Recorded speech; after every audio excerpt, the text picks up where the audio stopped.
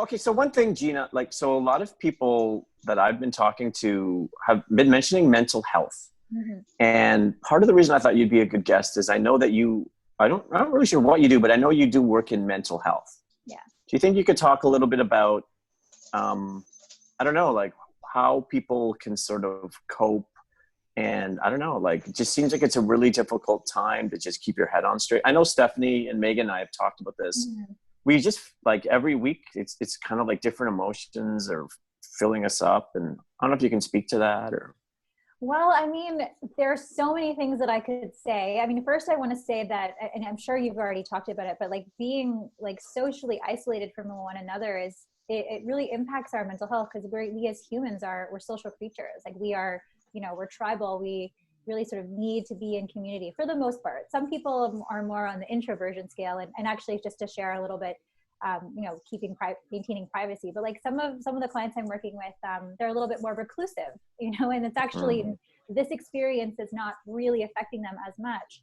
But for others who are, constantly seeing other people, or they really need their friends, or they're often in environments where they're in community, having to scale that back can really feel extremely isolating and lonely, and depressing. Just to start off on a fun, on a light. Well, thanks, Gina. This foot. podcast is over. Join us next week when we try to really depressed. Well, Bobby makes us depressed instead. Just my presence. Just my aura. We can be depressed together, which is an interesting part of this, the evolution of the social isolation or physical distancing, whatever you want to call it, is that, we're all starting to adapt as a community and finding ways to connect in new and unique ways. Like this podcast is a great example, right? We talked about that, Bobby, on the Vix and the Six podcast, is how can we adapt to the situation so that we don't feel as isolated and alone, and how can we create structure in our day and adjust to this, collective trauma that we're having. And it's funny you say that, because I actually feel like, because I am introverted, right? So yeah.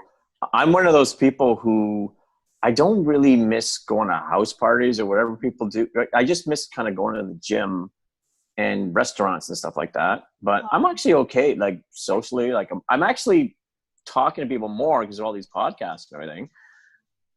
So it's funny because there's all these Zoom opportunities where for me as an introvert, I'm like less likely to want to be on like a big Zoom thing, because it's almost like going to a party where everyone's staring at you. Yeah, and this time it's like if you do talk, it's most likely that everyone is actually looking at you. Yeah, exactly. Yeah, right. which is really makes it a challenge for people who are on a variety of different spectrums of mental health. Like, for instance, people who are dealing with, paranoia. If you're paranoid already in life and this happens, this can be a real scary thing to be dealing with, especially if now your social supports or your mental health supports are now cut off and over the phone, or over the internet. Like some people are more comfortable with in-person interactions, or being able to see, like, I'm just coming from a mental health perspective. If you're usually going in to see like a doctor or a support person or a case manager or therapist in person, that routine, when that's thrown off, it can cause disruption in being able to regulate your emotions, or to feel like that you have that access right at your, the way as close as it was before. That being said, I'm kind of going off on another thing. For some people, like, they've increased their opportunities to connect with mental health professionals. Like there's all kinds of stuff now available already that was on the internet. For instance, like I think there's like BetterHelp or Talkspace.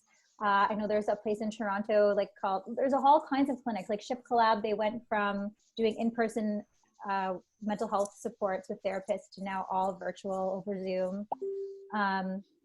What else? I mean, we're offering video sessions and phone support. So it's all like adapting. But at first it was really hard because like people just weren't used to it, and you don't want people to fall through the cracks who need those types of supports.